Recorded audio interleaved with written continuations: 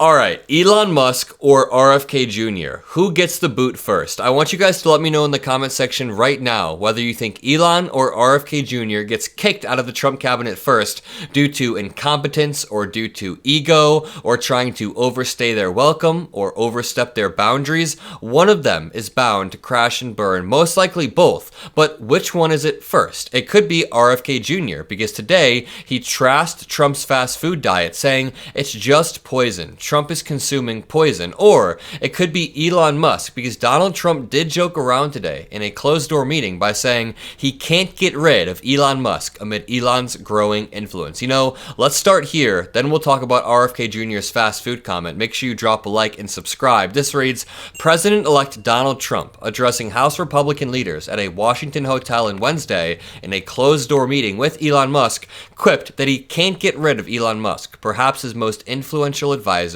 during the presidential campaign. Quote, Elon won't go home. I can't get rid of him, at least until I don't like him, Trump joked, acknowledging Musk's growing presence in his inner circle, but it's not really a joke. Now, Elon Musk has been at Mar-a-Lago every single day since Trump won the election. He's making decisions on who enters Trump's cabinet, who doesn't. He's even on the phone with world leaders while Trump talks to world leaders. So Elon Musk bought his way into this massive amount of influence through buying Twitter and then leveraging that to get Trump elected. He spent $100 million on Trump's campaign and knocked on doors himself because he knows that he has a lot of power to gain, but Trump might be getting tired of him. This reads, the Tesla CEO, a frequent face alongside Trump in recent weeks, arrived at the GOP conference in Washington just as Trump was entering to address the leaders. According to the AP, Musk received 3 standing ovations and was warmly approached by numerous lawmakers, but Donald Trump said Elon just won't go home. I can't get rid of him.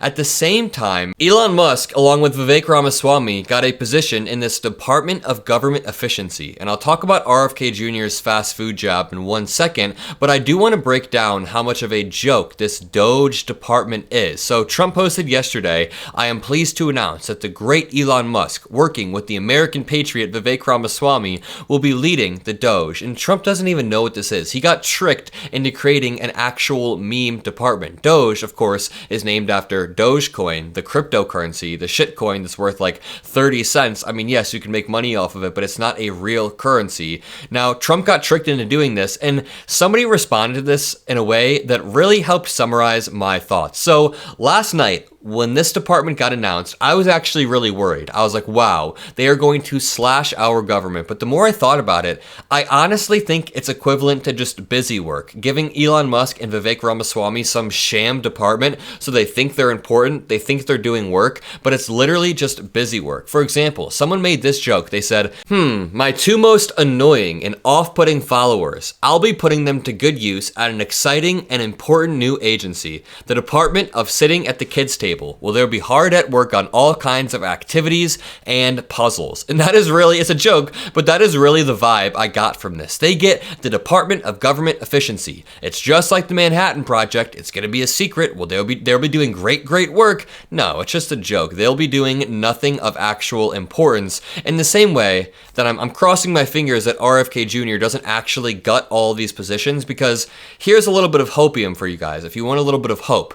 We know that RFK Jr. wants to remove fluoride from the water stream, which would not be good for a number of reasons I can dive into in another video. But when I listened to RFK Jr. talk about this, he actually said he doesn't want to force any states to do this. He's only going to make the recommendation. So if RFK Jr. actually gets this position of power, it seems as if he's only going to be making these recommendations regarding fluoride. He's not going to be forcing it out of the water stream. Now, I don't know if that makes you feel better or worse, but in my opinion, when I heard RFK Jr. say he was merely making recommendations, it seemed like RFK Jr. doesn't have that same fascist impulse that Trump has. Trump absolutely is instinctually anti-democratic, whether he's talking about the media or elections, and people might get mad, but I don't think RFK Jr. has that same instinctual impulse to tear down our institutions, even if RFK Jr. is an absolute dumbass. I'm sorry, but he's a dumbass.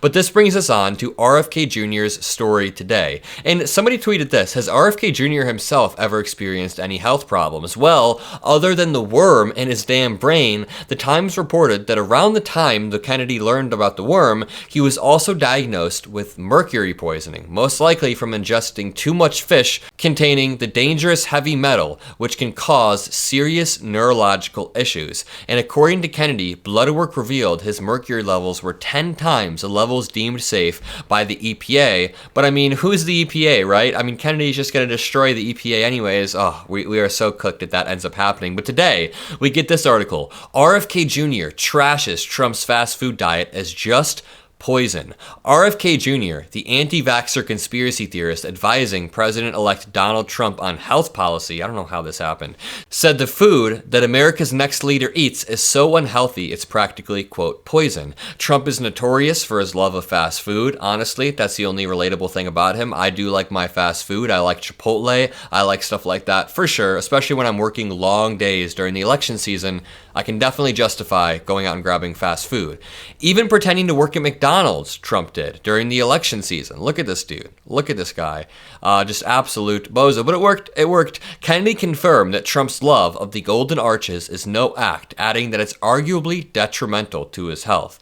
Quote, the stuff that he eats is really like bad, he told marketing industry podcaster Joe Polish at his live recording of the Joe Polish Studio, published Wednesday.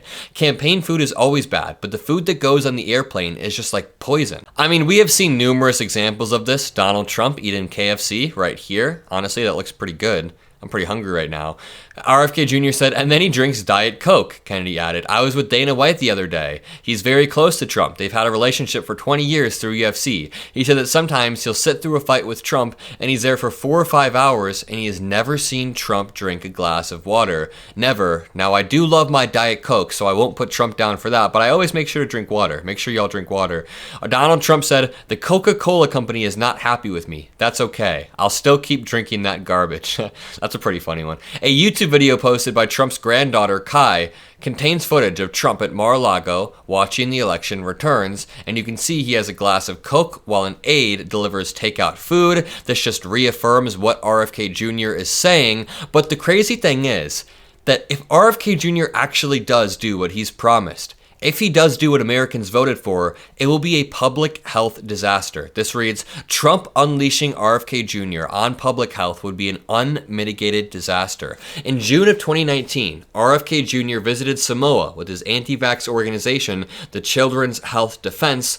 It's such a misleading name because they're actually hurting people. He visited Samoa and he met with local anti-vaxxers and government officials at a time when the country's measles vaccine was under attack. Now, prominent anti-vax voices, including the CHD, his org, blamed the vaccine for 2 infant deaths the prior year, even after the true reason was discovered and it was not the vaccine. And amid the swirling misinformation, vaccine rates plummeted from 60 to 70% to 31%. A few months after RFK Jr.'s visit, measles swept through the freshly vulnerable Pacific Island nation, killing 83 Samoans, mostly children. Kennedy then doubled down, writing to the Samoan Prime Minister to question whether a defective vaccine was responsible for the outbreak. Even 2 years later, in 2021, Kennedy called a Samoan anti-vaxxer who had reportedly discouraged people from getting vaccinated during the 2020 crisis a medical freedom hero. This is the type of stuff that will be going around our public health sphere, just disinformation, straight disinformation, and the scary part is Elon Musk will be boosting it using his organization, Twitter. Honestly, I'm not even as scared of Doge as I am of the idea of Elon Musk leveraging Twitter in this nefarious way, as he did to get Trump elected. So if you enjoyed this video, drop a like, subscribe. We'll talk about this more. Love you guys. I'll see you in the next one. Peace out.